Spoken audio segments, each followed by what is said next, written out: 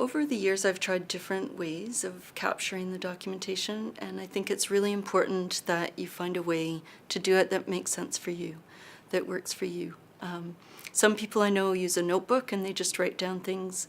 For myself, I like to use my iPad and have everything electronically. So I'll use the voice recording app to capture conversations. I'll take pictures or video that I use for assessment purposes. I have a folder for each child that I sort of keep that work. I use a note-taking app so that when I'm sitting right with the children, I can be typing notes, taking pictures, and recording their voice all within that one app. And that's great too, because then my ECE partner that I work with, we share that back and forth with each other so that we both have access to that. We talk informally with each other about things that have gone on in the classroom and share with each other things that we have captured. Looking at that documentation, then it helps me to think about where is that child at that point in time with their learning and what would be best to plan for them next. And also to think about groups of children. I like using the electronic documentation because it allows me to see not just that child, but groups of children interacting with each other and how they learn with each other and from each other.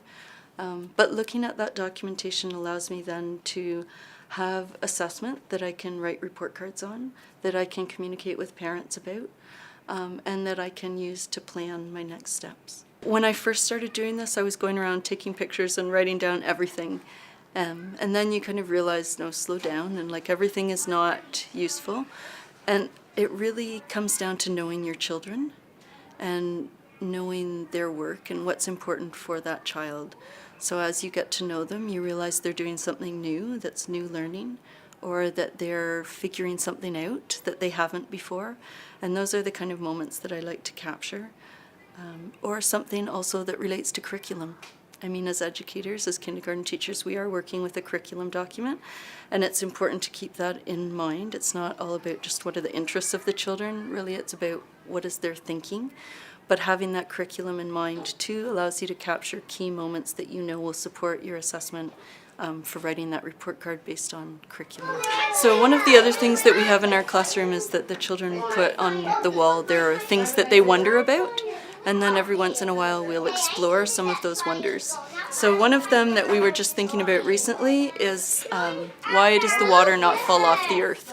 So the children were looking at the globe and pictures of the earth and realizing that there was a lot of water, but if the earth is floating in space, why doesn't it fall off?